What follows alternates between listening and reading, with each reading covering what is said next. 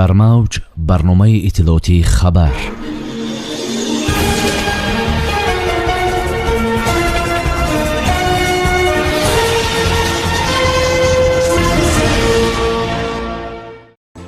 дар душанбе маросими имзои санадҳои нави ҳамкорӣ байни тоҷикистон ва эрон баргузор гардид.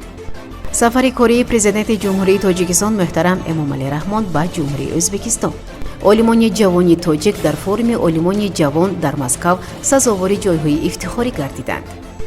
дар душанбе рӯзи театри тоҷик бо шаҳомати хоса таҷлил гардид. дар шаҳри бӯстон ҷаласаи навбатии гурӯҳҳои кории топографии ҳайатҳои ҳукуматии тоҷикистон ва қирғизистон баргузор гардид. имрӯз ҳарорати ҳаво дар ҷумҳурии тоҷикистон то 7 дараҷа паст мешавад. санаи 8 ноябри соли равон раиси ҷумҳурии исломии Эрон муҳтарам Иброҳим Раисӣ ба ҷумҳурии тоҷикистон бо сафари корӣ ташриф овард. баъди анҷоми мулоқоту музокироти сатҳи олии тоҷикистон ва Эрон бо иштироки сарони давлатҳо муҳтарам Эмомалӣ Раҳмон ва муҳтарам Иброҳим Раисӣ маросими имзои санадҳои нави ҳамкорӣ баргузор гардид. нахуст роҳбари давлат муҳтарам Эмомалӣ Раҳмон ва раиси ҷумҳурии исломии Эрон муҳтарам Иброҳим Раисӣ баёнияи муштараки президенти ҷумҳурии тоҷикистон ва раиси ҷумҳурии исломии Эронро имзо карданд. сипас дар ҳузури сарони давлатҳо ёддошти тафоҳум байни ҳукумати ҷумҳурии тоҷикистон ва ҳукумати ҷумҳурии исломии Эрон дар бораи лағви раводид барои дорандагони шиносномаҳои умумии шаҳрвандии хориҷӣ, ёддошти тафоҳум оид ба ҳамлу нақли байналмилалӣ ва транзитӣ тавассути бандари Чобаҳор байни вазорати нақлиёти ҷумҳурии тоҷикистон ва вазорати роҳ ва шаҳрсозии ҷумҳурии исломии Эрон, ёддошти тафоҳуми ҳамкорӣ байни кумитаи ҳолатҳои фавқулода ва мудофиаи граждании назди ҳукумати ҷумҳурии тоҷикистон ва ташкилоти миллии идоракунии офатҳои табиӣ вазорати корҳои дохилии ҷумҳурии исломии Эрон дар соҳаи идоракунии ҳолатҳои фавқулодаи дорои хусусияти табиӣ ва техногенӣ, ёддошти тафоҳум байни агентии назорати маводи нашъаоварӣ назди президенти ҷумҳурии тоҷикистон ва ситоди мубориза бо маводи мухаддири ҷумҳурии исломии Эрон оид ба ҳамкорӣ дар мубориза бо муомилоти ғайриқонунии воситаҳои нашадор, моддаҳои психотропӣ ва прекурсорҳои онҳо, ёддошти тафоҳуми ҳамкорӣ байни вазорати рушди иқтисод ва савдои ҷумҳурии тоҷикистон ва котиботи шӯрои олии минтақаҳои озоди тиҷоратӣ саноатӣ ва махсуси ҷумҳурии исломии Эрон оид ба ҳамкорӣ дар соҳаи минтақаҳои озоди иқтисодӣ. нақшаи роҳи иҷрои барномаи ҳамкории дарозмуддати иқтисодӣ ва тиҷоратии ҷумҳурии тоҷикистон ва ҷумҳурии исломии Эрон барои солҳои 2022-2030. ёддошти тафоҳуми ҳамкорӣ дар соҳаи таҳқиқот, технология ва навоварӣ байни вазорати саноат ва технологияҳои нави ҷумҳурии тоҷикистон ва парки технологияи пардиси ҷумҳурии исломии Эрон.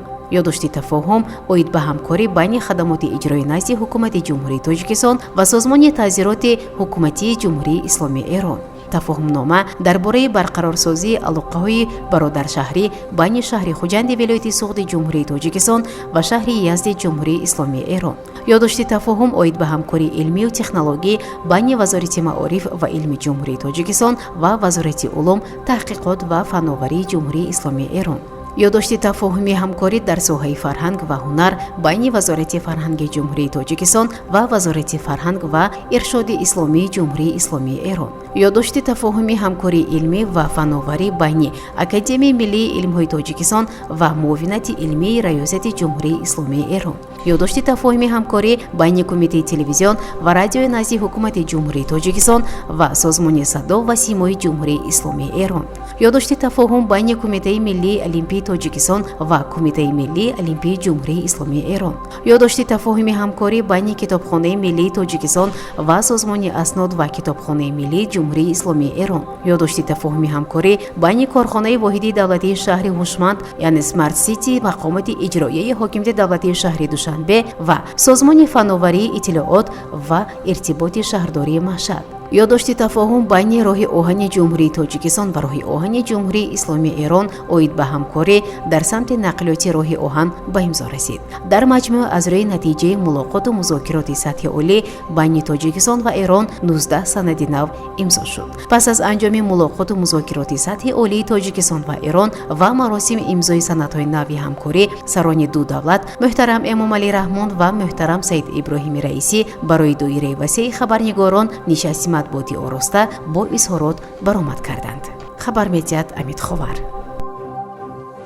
санаи 9 ноябри соли равон президенти ҷумҳурии тоҷикистон муҳтарам эмомалӣ раҳмон ҷиҳати иштирок дар ҷаласаи сарони давлатҳои узви созмони ҳамкории иқтисодӣ ба ҷумҳурии Ӯзбекистон сафар намуданд. Дар фурудгоҳи байналмилалии Душанбе роҳбари давлат муҳтарам Эмомалӣ Раҳмонро як гурӯҳ шахсони расмӣ гусел карданд. Дар ин сафар сарвари давлат муҳтарам Эмомалӣ Раҳмонро вазирони рушди иқтисод ва савдо, нақлиёт, раиси кумитаи давлатии сармоягузорӣ ва идораи амволи давлатӣ, муовини вазири корҳои хориҷӣ ва дигар шахсони расмӣ ҳамроҳӣ менамоянд. санаи 7 ноябри соли равон бо иштироки роҳбарияти вазорати фарҳанги ҷумҳурии тоҷикистон, роҳбарону кормандони театру муассисаҳои фарҳангии мамлакат дар театри давлатии академияи драмавии ба номи Абулқосим Лоҳутӣ рӯзи театри тоҷик бо шукӯҳу шаҳомати хоса баргузор гардид. иттилоъ медиҳад Амид Ховар. иброз гардид ки дар даврони истиқлолияти давлатии ҷумҳурии тоҷикистон 4 театри нав таъсис дода шуд ва алҳол шумораи умумии театрҳои касбӣ дар ҷумҳурӣ 18 то мебошад. қайд гардид ки театр оинаи таъриху имрӯзи мо ва театр рӯҳи зиндагӣ дар инсон аст. дар рӯзи театри тоҷик як зумра ҳунармандон ва кормандони театрҳои мамлакат бо унвонҳои баланд ва диплому сипосномаҳои вазорати фарҳанги ҷумҳурии тоҷикистон сарфароз гардонида шуданд. дар маросим порчаҳои ҷолибу рангоранг аз намоишҳои театрӣ манзури тамошобинон гардонида шуда, санъаткорон низ бо ҳунари волои худ таъби тамошобинону иштирокчиёнро болида гардониданд. дар Академияи илмҳои Русия форуми Академияи олимони ҷавони мамлакатҳои Авроосиёи бузург қитъаи илм баргузор гардид ки дар он олимони ҷавони Академияи миллии илмҳои Тоҷикистон низ иштирок намуданд. олимони ҷавони Академияи миллии илмҳо бо маърузаҳои илмӣ баромад карда сазовори ҷойҳои якум ва сеюм, инчунин сертификату дипломҳои кумитаи тадорукоти форум дониста шуданд. иттилоъ медиҳад Амид Ховар. бояд гуфт ки дар форуми имсола ҷуғрофияи иштирокчиён васеъ шуда олимони ҷавон аз Тоҷикистон, Русия, Беларус, Қазоқистон, Қирғизистон, Ӯзбекистон, Туркманистон, Арманистон, Озарбойҷон, Чин, Ҳиндустон, Эрон, Муғулистон, Вьетнам, Индонезия, Покистон, Сербия, Венгрия, Эфиопия, Миср ва Сурия дар он фаъолона иштирок намуданд. дар асоси тавофуқи ҷонибҳо аз 1 то санаи 8 ноябри соли равон дар шаҳри Бӯстони вилояти Суғди ҷумҳурии Тоҷикистон ҷаласаи навбатии гурӯҳи кории топографии ҳайатҳои ҳукуматии ҷумҳурии Тоҷикистон ва ҷумҳурии Қирғизистон оид ба делимитатсия ва демаркатсияи сарҳади давлатӣ баргузор гардид, хабар медиҳад Амид Ховар. гурӯҳҳои кории топографӣ наздик 18 километри сарҳади давлатии Тоҷикистон ва Қирғизистонро мувофиқа намуданд. аз рӯи натиҷаи ҷаласа протоколи дахлдор ба имзо расид. ҷаласа дар вазъияти дӯстона ва ҳусни тафоҳум баргузор шуд. ҷонибҳо дар ҷаласаи навбатӣ ки дар қаламрави ҷумҳурии Қирғизистон доир мегардад, корҳоро оид ба аломатгузории минтақаҳои боқимонда идома медиҳанд. имрӯз дар ҷумҳурӣ вазъи ҳаво якбора номусоид гардида борони бо шиддат ба амал меояд. ҳарорати ҳаво нисбат ба рӯзҳои қаблӣ то 5-7 дараҷа паст хоҳад шуд. дар баландиҳои зиёда аз 2000 метр аз сатҳи баҳр ба амал омадани борон бо гузариш ба барф дар назар аст. дар ин хусус Амид Ховар бо истинод ба агентии обу ҳавошиносии Тоҷикистон хабар медиҳад. ҳаво дар вилояти Суғд абрнок шуда, дар водиҳо борон ва дар ноҳияҳои кӯҳӣ борон ва барф. дар баъзе ноҳияҳо бориши бо шиддат ба амал меояд.